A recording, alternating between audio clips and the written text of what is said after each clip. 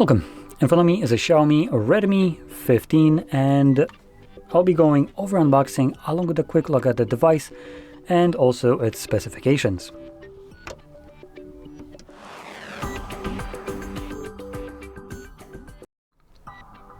So let's just pop it open. We do have two seals to cut through. There we go, that actually went easy. And here we get our charging cable, type A to type C. And we also get paperwork along with a matte, dark, like gray case. Always love to see those. And then below we have our phone. That's a chunkers, holy crap. Now on here we have some very interesting information, like the massive, I love how that's a description of a battery size. It's not bad, I would probably describe it the same way, but as a technical specification, it's just 7,000 milliamps. But it is massive, that's what she said. Anyway, 7,000 milliamp hour battery, immersive 6.9 inch, nice, full HD plus display, powerful Snapdragon 685. Interesting. Dual curved whatever design, powered by a 33 watt fast charging and 50 megapixel AI dual camera system. I hate anything that has AI in it. Anyway, I just peeled that off. So some of the things there were just kind of mumbo jumbo, and holy hell, this is a brick in hand. Wow. That thing is just... Here is an S25, just a small one, right?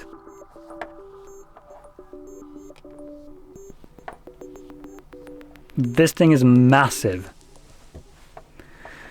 Okay, so anyway, let's start off with the display. Oh boy, my PTSD. So number one, the screen protector that is applied got some air bubbles right here, and holy hell, it's applied crookedly. The cutout for the camera is like way higher than it should be. Oh boy, me no likey. They could have just placed it a little bit lower and it would have been fantastic, but no. Anyway, so I wanna start off with the price for this device.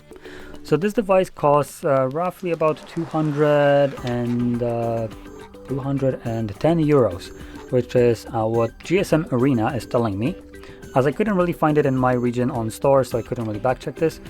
They've been pretty reliable with these information, so I'm just gonna put it that's how much it costs. And for that price, I can already see it's kind of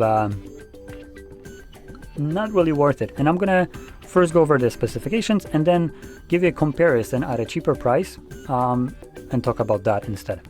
So let's get started. Display wise, we have a 6.9 inch 1080 by 2340 pixel display. So it's basically a full HD LCD IPS with a 144 Hz refresh rate. Now we have 83% screen to body ratio and a pixel density of 374 pixels per inch, which, to put it bluntly with the display, it is mediocre for the price. Mediocre because there is an alternative that just completely blows it out of the water by being better. So let's move over to the cameras. We have what looks to be almost a triple camera setup, but this is not a camera, this is just a filler to make it look more impressive than it actually is. Which at this price, that's not very acceptable. Also, GSM Arena is not really specifying the second camera, and looking but let me grab my phone for a second.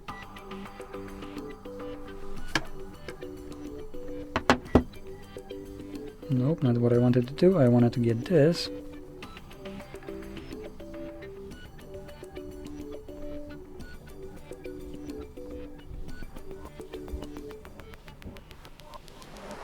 Okay, that's not sharp enough for me to define, but this looks like a fake camera when I'm looking at it. So it actually has, by the looks of it, only one camera. Fantastic choice here. Oh, well done. So we have only 50 megapixel f1.8 aperture wide sensor that does... It's the sound of my soul escaping my body from frustration. 1080p at 30 frames.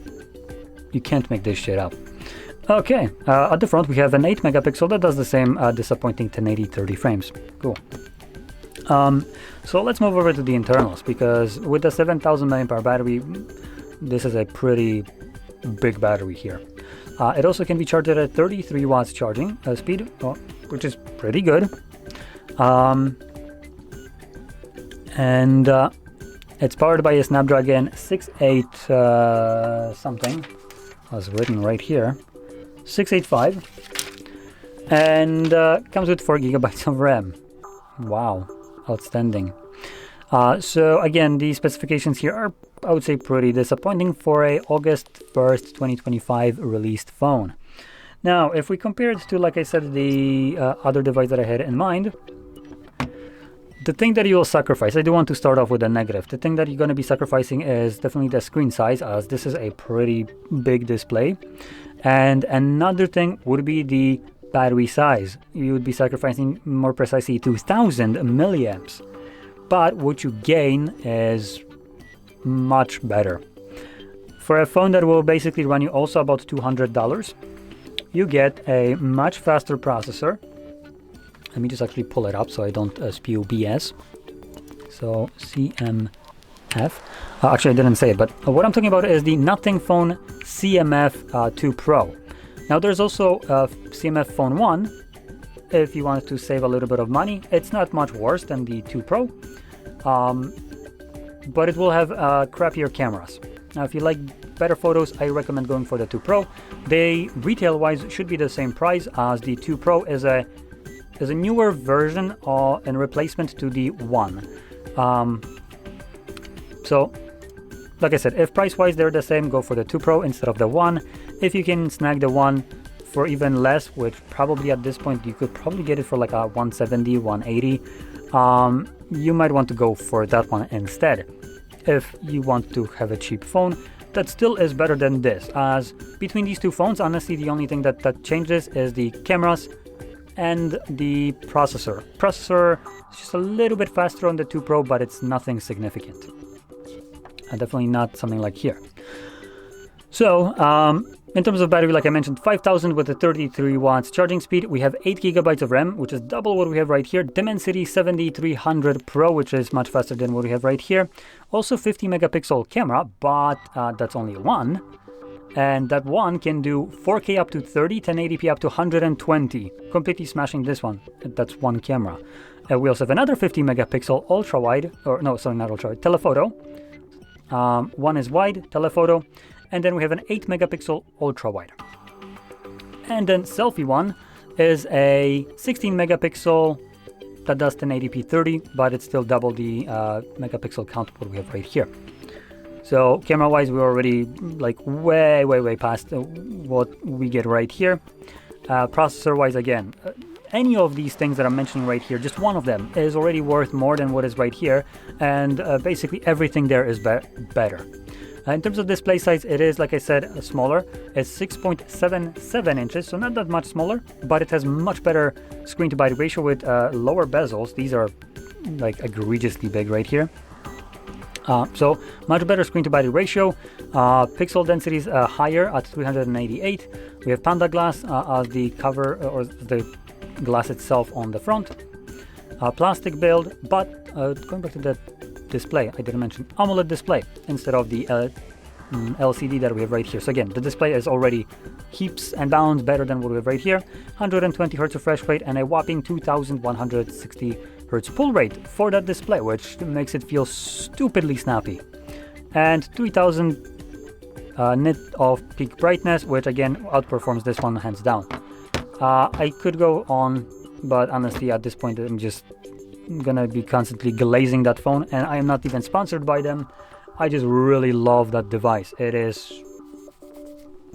just uncomparable to what is offered for the price.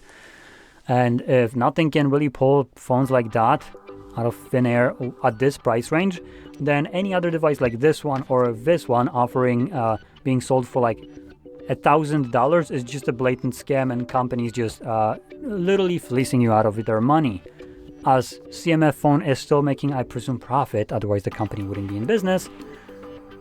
And what they're offering is just insane, or insanely good to be more precise. So I highly recommend checking that instead of this device, as it just gets you much better package over what we have right here. So with that being said, hope you found this video helpful, and if you did, don't forget to hit like, subscribe, and thanks for watching.